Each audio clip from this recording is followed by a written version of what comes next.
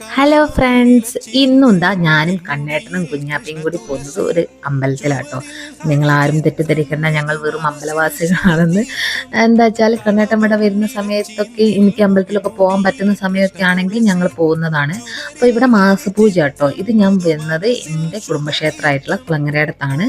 അപ്പോൾ ഇവിടെ മാസത്തിലാണ് പൂജ ഉണ്ടാവുക. അങ്ങനെ ഞങ്ങൾ ഇവിടെ വന്നു, തൊഴുതു കഴിഞ്ഞതിന് ശേഷം ഒരു വഴിപാടുണ്ടായിരുന്നു. വഴിപാട് കഴിച്ച് അതിൻ്റെ പ്രസാദവും കാര്യങ്ങളും ഒക്കെ വാങ്ങിച്ചു.